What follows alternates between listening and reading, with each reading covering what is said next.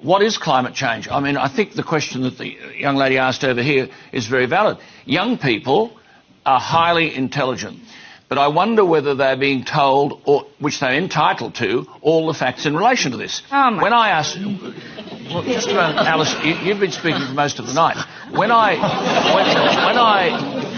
asked Tanya Plibersek, was the Deputy Leader of the Labor Party and the potential Deputy Prime Minister, was carbon dioxide the big issue in relation to climate change? And she said yes. I then said, well, that being the case, what percentage of the atmosphere is made up of carbon dioxide?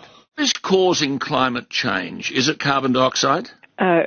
Yes, carbon dioxide pollution is a major contributor. Okay, so can I ask you, this is not a trick question, what percentage of the Earth's air is carbon dioxide? Oh, I don't know. And I say, hang on, you don't know what percentage of the atmosphere is carbon dioxide, and yet you're prepared to stand the economy on its head to address a problem, the detail of which you don't know. So when I then explained that the percentage of carbon dioxide in the atmosphere, Alice, is how much?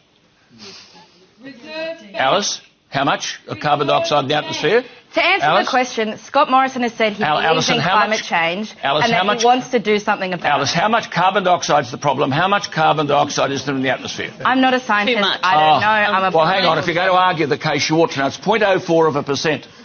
And of that 0.04%, human beings around the world create 3%. And of that 3%, Australia creates 1.3%. But if carbon dioxide is 0.04% of the atmosphere, and human beings are responsible for 3% of that 0.04%, and Australia is responsible for 1.3% of the 3% of the 0.04%, it's like saying there's a granule of sugar on the Harbour Bridge. Clean the bridge up, it's dirty. Surely if a political party doesn't know the quantum of carbon dioxide in the atmosphere, what the hell are we standing the economy on its head for?